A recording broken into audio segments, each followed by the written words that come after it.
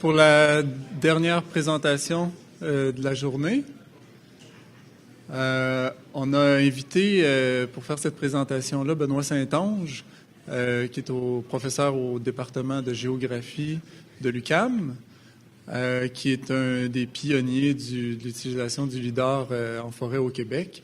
On lui a demandé de faire un topo du développement du lidar aérien en forêt, puis de jeter un regard à la progression aussi à l'extérieur du Canada, et puis de regarder l'évolution de la technologie depuis les 2 dernières décennies presque. OK, donc Benoît.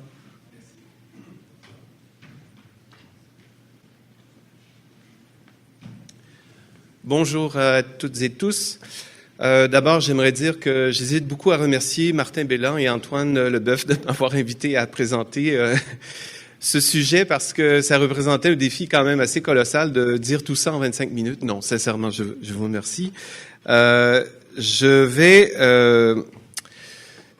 vous propose de découper les choses de la façon suivante, puisqu'on doit parler de l'évolution de la technologie LIDAR et de l'évolution aussi de l'acquisition des données LIDAR à travers le monde, à l'extérieur du Canada.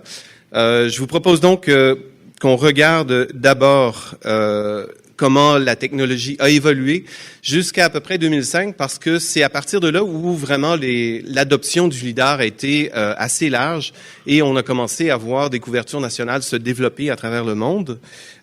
Ensuite de ça, on va faire cette grosse parenthèse où on va examiner un petit peu comment ça se passe dans d'autres pays. Évidemment, on peut pas couvrir tous les pays, pas même tous les continents, mais je vais m'arrêter sur des points d'intérêt, sur des pays qui représentent, de par leur superficie ou de par ce qu'ils font, des choses qui ont un intérêt particulier.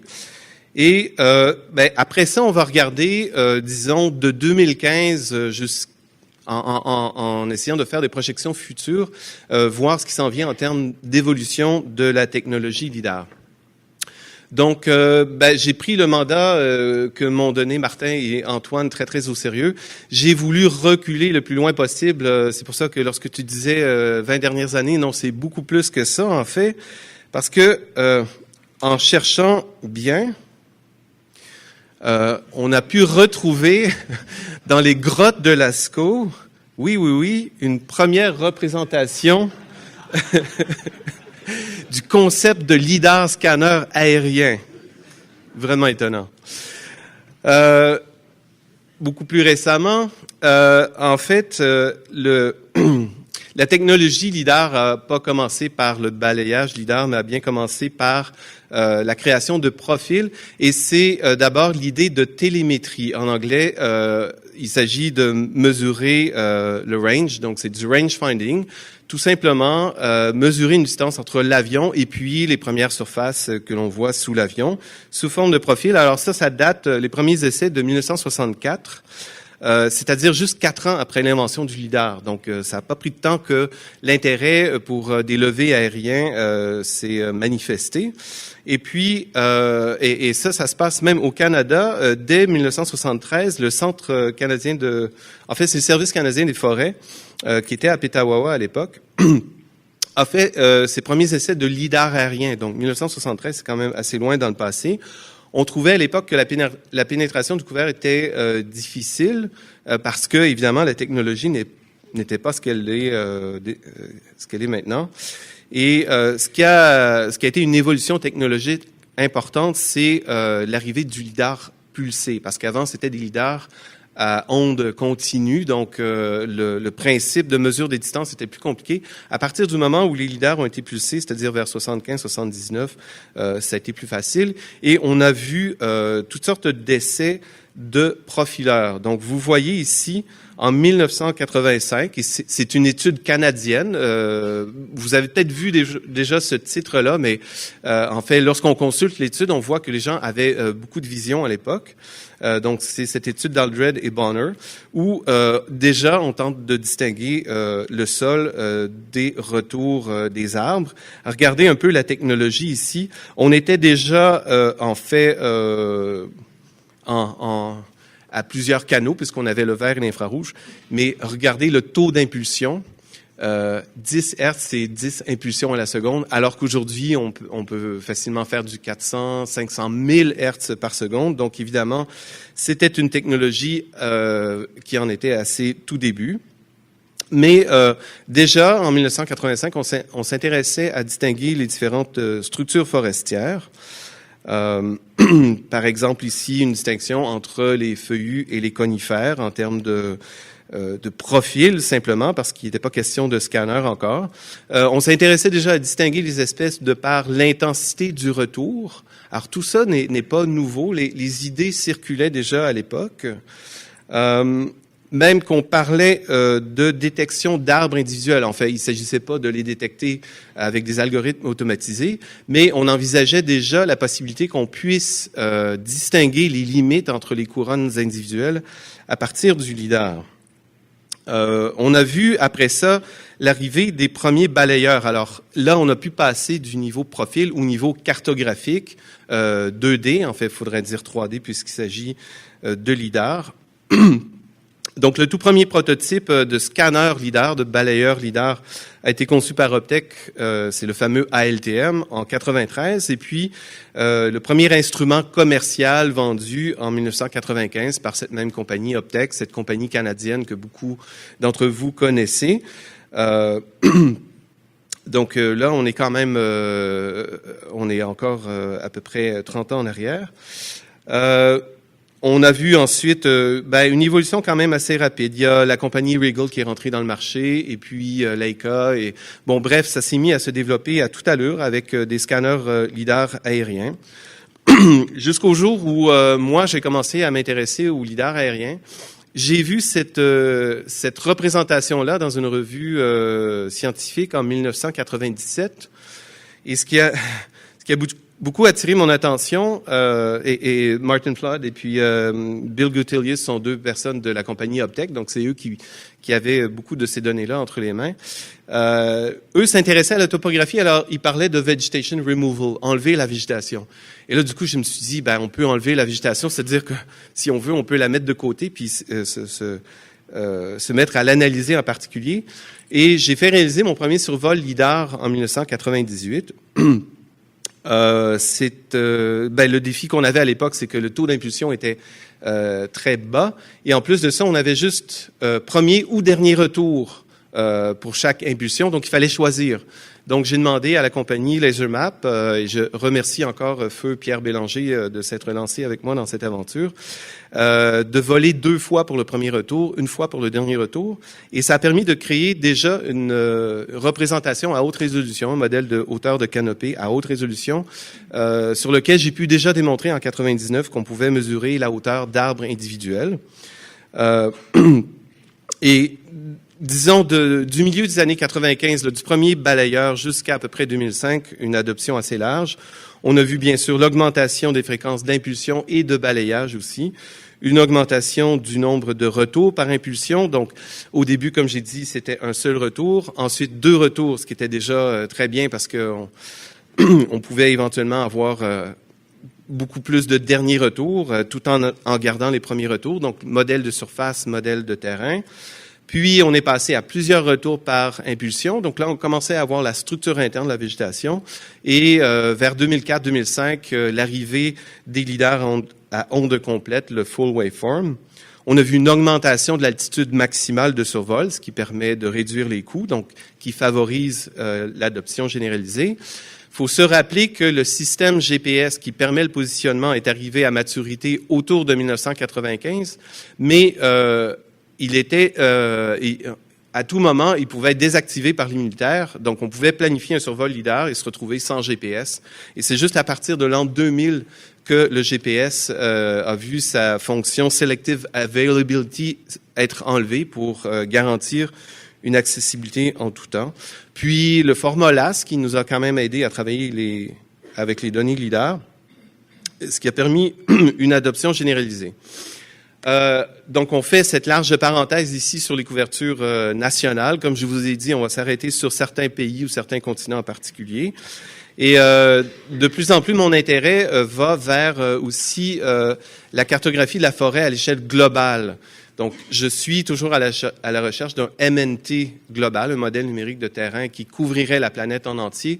Comme l'ont dit plusieurs présentateurs aujourd'hui, la clé, c'est le modèle numérique de terrain. Et jusqu'à présent, il n'y a que le LIDAR qui nous donne ça. Donc, on va regarder cet aspect-là, entre autres choses. Rapidement, sur les États-Unis, je ne vais pas m'étendre trop sur chaque pays. Vous allez voir qu'en haut, chaque fois, je vous montre la superficie totale du pays, sa superficie en forêt et le pourcentage de forêt que ça représente. Il y a une bonne part du territoire américain qui est couvert actuellement au LIDAR.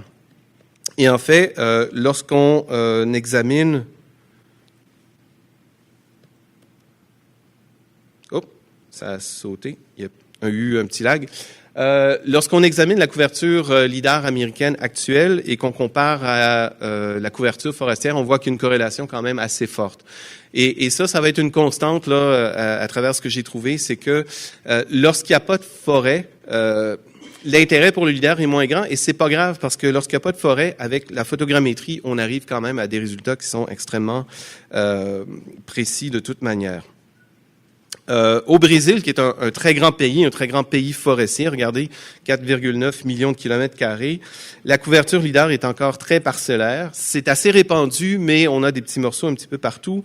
Et tout ça est dirigé, contrôlé par le ministère de la Défense. Donc, évidemment, l'accès aux données brésiliennes est assez difficile. J'ai demandé à 2 Brésiliens, ils m'ont dit à peu près la même chose, mais eux-mêmes ont beaucoup de difficultés à accéder à ces données.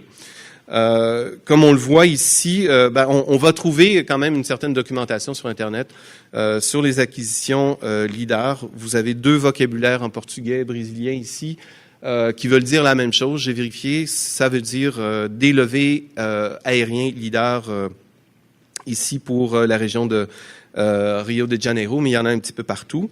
Donc c'est du LIDAR scanner dans les 2 cas. On va tout de suite sauter de l'autre côté de l'océan. On parle souvent quand même du LIDAR en Scandinavie parce qu'il y a beaucoup de développements technologiques qui sont venus de là, une adoption rapide. Dans ces 4 pays scandinaves, on voit que dans la plupart des cas, les couvertures sont quasi complètes ou complètes, avec une certaine variabilité dans les densités. Chose curieuse, en Finlande, il y a à la fois les gens qui s'intéressent à la topographie et les gens qui s'intéressent à la foresterie qui font chacun leur survol LIDAR pour avoir une couverture nationale. Donc, la Finlande aura bientôt 2 couvertures nationales sans coordination entre les organismes, ce qui est assez curieux. Et c'est ça, il faut se rappeler que Eric Nassett, dès 2004, nous parlait d'inventaire forestier opérationnel en Norvège, mais de façon plus large en Scandinavie. Et d'ailleurs, il est considéré par beaucoup comme étant le père de l'inventaire forestier par LIDAR. C'est lui, effectivement, avec qui j'avais une conversation en 2012 qui m'a amené à essayer de choquer un peu, brasser la cage un peu au niveau québécois. Je m'excuse si la question a été perçue comme un peu difficile, mais en fait, je suis content de voir l'évolution qui s'en est suivie. Et on constatait un paradoxe, c'est que en Norvège, il y a peu de forêts, il y a 121 000 km². Antoine va nous couvrir ça en 2 ans. Mais la technologie était très avancée, l'adoption était très avancée, alors qu'au Québec, c'était pas le cas. Maintenant, il y a un autre paradoxe, c'est qu'en Norvège, il n'y a pas d'organisme qui centralise les acquisitions LIDAR à l'échelle nationale. Ça progresse, la couverture est très étendue, mais elle n'est pas complète, il n'y a pas de plan. Et il n'y a pas d'agence gouvernementale centrale qui organise les levées LIDAR. Donc, la coordination se fait plutôt par comté. Les zones densément peuplées sont couvertes, mais déjà, on voyait que le premier inventaire forestier en Norvège avait été fait en 2002. Nassett en a parlé en 2004, mais c'était fait déjà en 2002.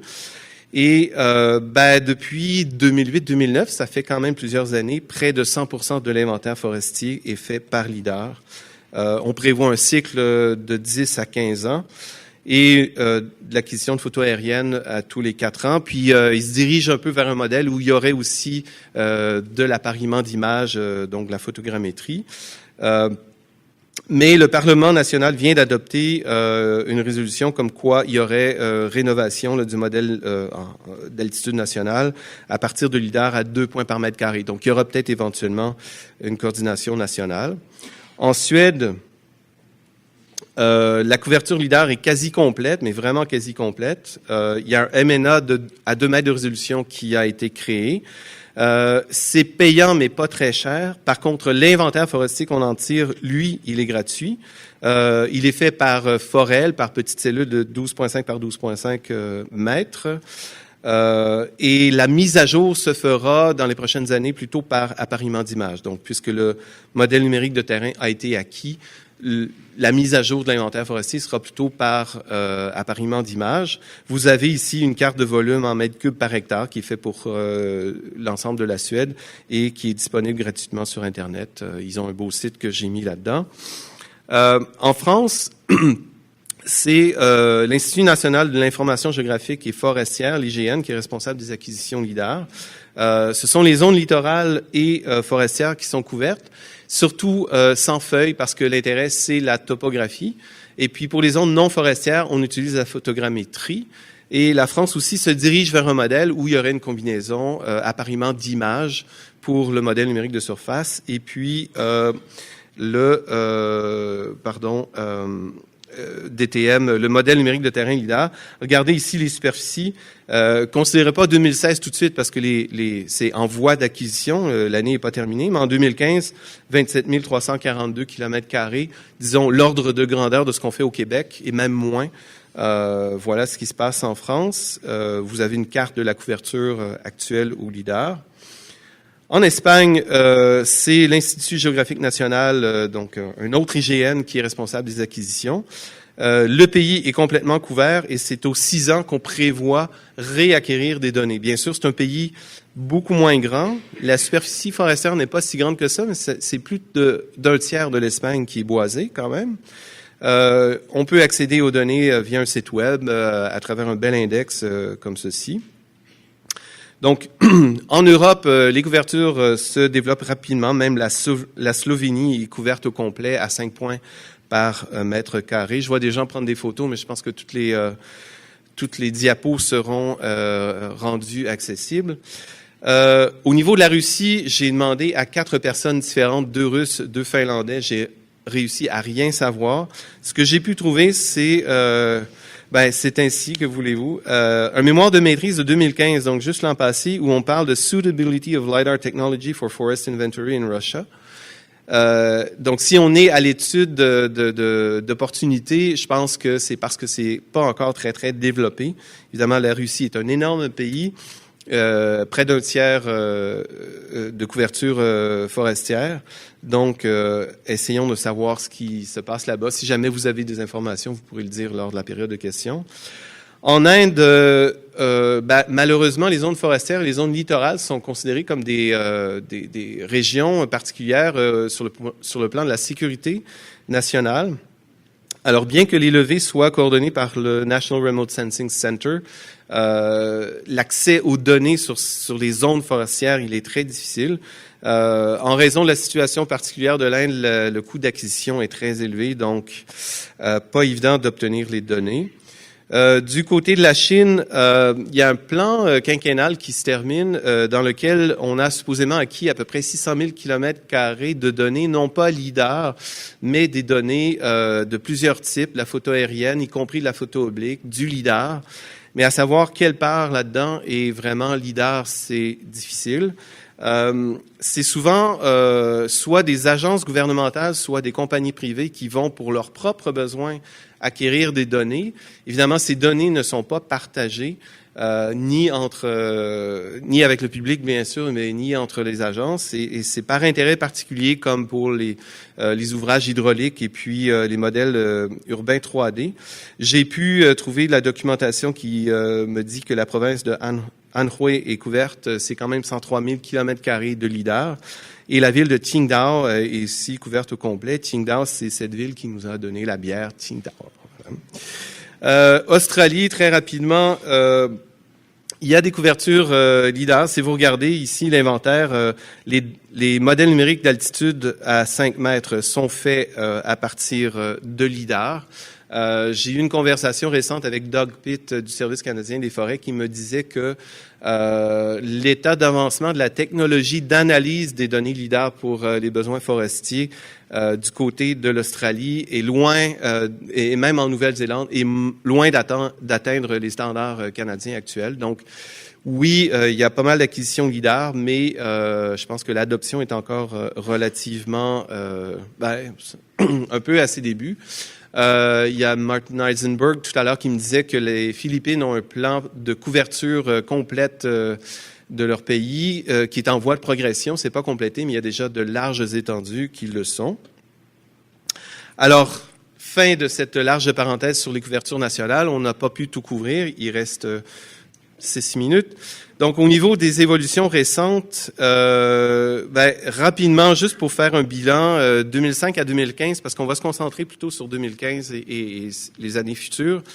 On a vu, autour de 2004-2005, le multi-retour se transformer en onde complète, le full waveform, duquel on peut tirer plus d'informations, particulièrement pour la forêt, l'information du sous-couvert à partir de ces ondes complètes.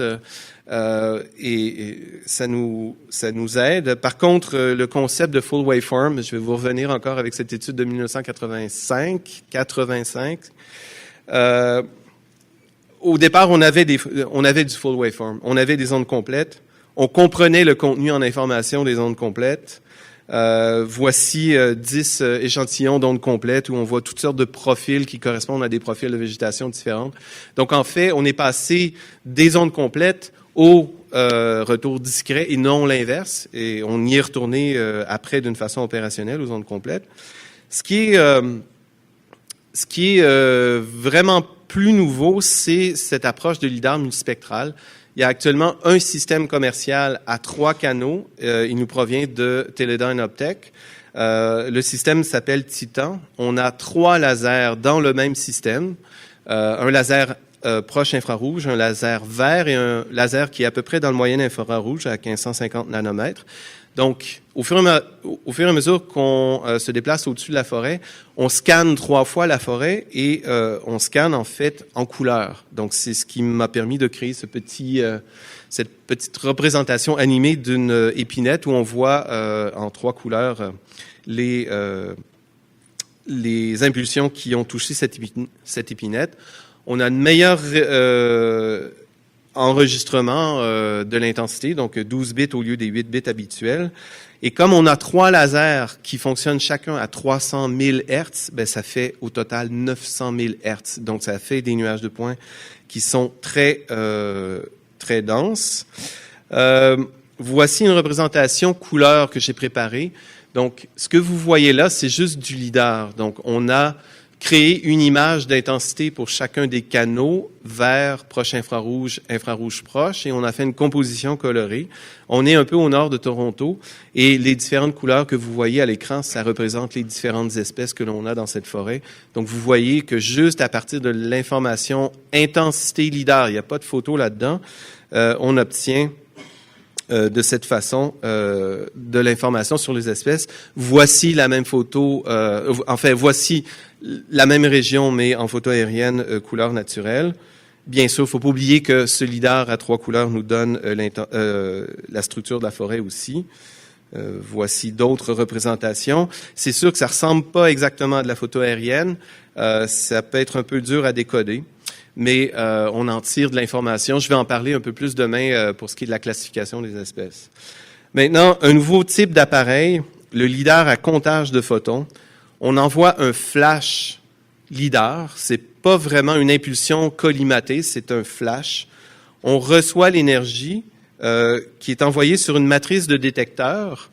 Et chacun de ces détecteurs va nous permettre de savoir d'où provient le photon qui a été retourné et à quel moment précis il est arrivé.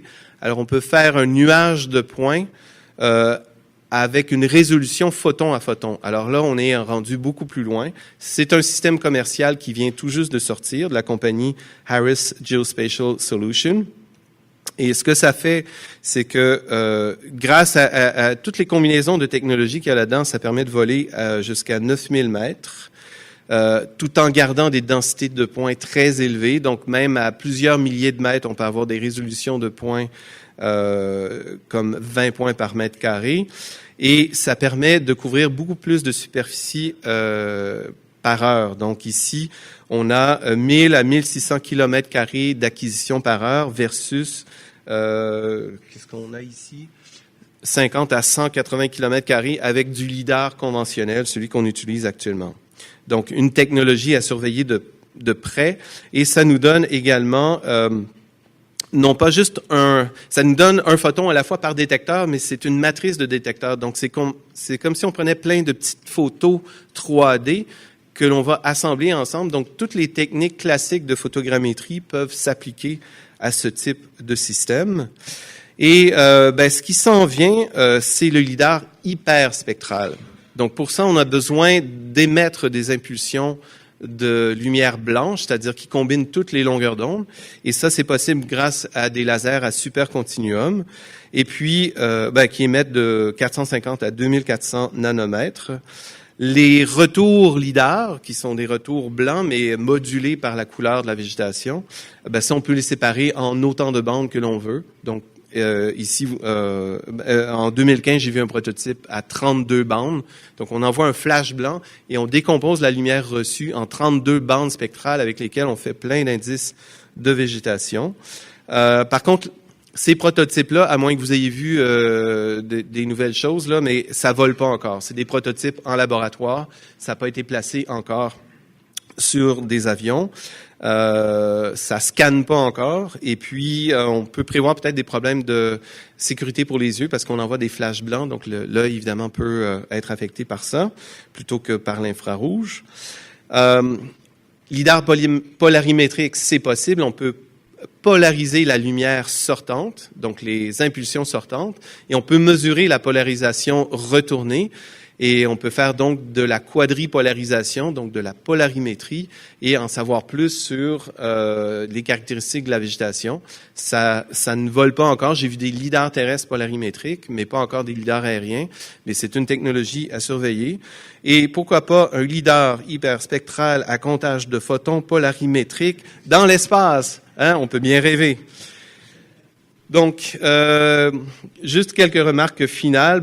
Sur les inventaires nationaux, on se rend compte qu'ils sont à des stades de développement assez variables, et de même pour l'inventaire forestier qu'on en tire. Les données sont parfois gratuites, parfois accessibles mais payantes, parfois protégées, parfois tout à fait secrètes.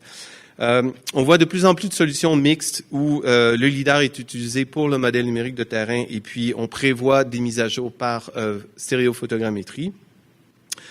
Par contre, je pense qu'on ne peut pas encore envisager un modèle numérique de terrain à l'échelle planétaire qui serait basé sur une juxtaposition des couvertures nationales. Je pense peut-être que ça va même pas se produire, donc il faut peut-être penser éventuellement à des missions globales pour faire un modèle numérique d'altitude à 5 mètres de résolution, 1 mètre de résolution, mais essayons d'aller dans cette direction. Si on voulait calculer la biomasse totale de végétation sur la planète Terre, on aurait besoin d'un tel modèle numérique d'altitude. L'évolution des capteurs lidar, comme vous le voyez, elle est loin d'être terminée. Et ce qu'on voit, entre autres, ces derniers temps et dans le futur, c'est une évolution du côté spectral. Donc, beaucoup plus de canaux, peut-être éventuellement beaucoup plus de canaux. Donc, j'ai mis la liste des remerciements ici. Si vous êtes au stade où vous approchez d'une possibilité de postdoctorat, lisez la petite annonce en bas, je ne vais pas vous la lire. Sur ce, je vous remercie de votre attention et on prendra des questions s'il y a le temps. Merci.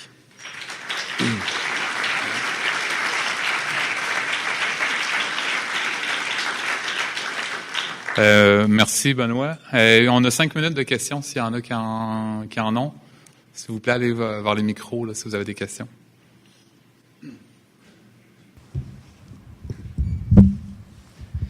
Merci, monsieur. Vous avez éclairé sur l'évolution. Ma question, c'est... on voit que les choses évoluent rapidement. Ça me fait penser un peu quand les ordinateurs ont commencé. On achetait un 20 MB à la fin des années 80, puis on pensait qu'on en aurait pour le restant de nos jours. Croyez-vous que le Québec fait le bon choix? On vient de donner le go là-dedans, mais on fait-tu le bon choix de technologie? Est-ce qu'on va être en retard dans 2 ans, par exemple? Ou, on devrait-tu aller de l'avant d'une technologie qui est plus actuelle? Je vais revenir sur une chose qui a été dite plusieurs fois. la clé, c'est de commencer par avoir un bon modèle numérique d'altitude. Et les technologies actuelles nous donnent déjà une donnée de haute qualité. Et avec un modèle numérique à 1 mètre, on va pouvoir faire énormément de choses avec ça, vraiment de toutes sortes de façons. Je dirais, pour répondre directement à votre question, que là où il faudra peut-être continuer à se poser des questions, ce sera sur comment on veut mettre à jour les inventaires qu'on va tirer de ces levées-là qui sont en cours jusqu'à, en fait, pour les prochaines années. Là, on aura complété la couverture. Alors, rendu là, faudra bien se poser la question sur le choix de technologie. Est-ce qu'on va vouloir mettre l'accent sur du multispectral LIDAR pour avoir des espèces? Est-ce qu'on va se contenter de la photo? Est-ce que on voudra éventuellement avoir beaucoup plus d'informations sur le sous-couvert et peut-être aller vers du full waveform ou aller vers du comptage de photons?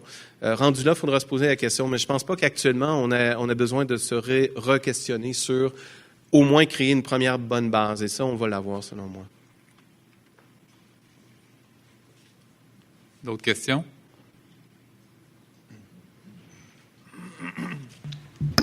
Oui, Benoît. Oui. Je crois que ça pourrait être intéressant pour l'auditoire tu nous as parlé des différents pays, peut-être de nous parler des différentes provinces. C'est quoi l'état un peu des lieux au Canada? Peut-être surtout où sont les endroits les plus marquants où le territoire a été couvert avec le LIDAR au Canada? On a su pour le Nouveau-Brunswick et l'Alberta un petit peu plus tôt aujourd'hui. C'est pas surprenant d'apprendre que l'île du Prince-Édouard est couverte au complet, 100%. Bravo. À part ça, je laisserai peut-être Murray parler de l'Ontario. Et je pense qu'en Ontario, au niveau photo, il y a une coordination. Au niveau LIDAR, je crois qu'il n'y a pas de plan particulier. Et pour avoir travaillé un peu avec Manitoba et Saskatchewan, il semble pas non plus avoir là de plan particulier. À BC, par contre, je laisserai peut-être d'autres personnes répondre parce que premièrement, je me suis pas mis à jour là-dessus puisque le mandat qu'on me donnait, c'est à l'extérieur du Canada. Je ne sais pas s'il y en a d'autres. Moi, ce que je sais, on a fait une petite recherche à l'extérieur du Canada pour voir à quel point on était avancé par rapport aux autres provinces. Puis je dirais que c'est ça. Où est-ce qu'il y a un petit peu plus d'activité là, dans des acquisitions complètes puis globales? C'est Colombie-Britannique et l'Alberta. Le Nouveau-Brunswick est en train d'intégrer le LIDAR dans ses acquisitions, mais ce que je dirais, c'est que, Chris, là, tu pourras renchérir, mais ce que je remarque, c'est qu'on a vraiment contrôle ici. Là, c'est ce qui nous diffère des autres provinces, c'est que on est propriétaire de la donnée, là, on est propriétaire du nuage de points. Comme le Nouveau-Brunswick a fait des acquisitions, mais il achète du prestataire de services les produits dérivés. Donc, c'est ce qui se fait aussi. Je sais que dans le fond, le prestataire en Alberta reste propriétaire de la donnée. Là, donc, c'est limitant après ça pour la diffusion de la donnée. C'est bon? Bon, excellent. Merci, Benoît. Merci beaucoup, Benoît.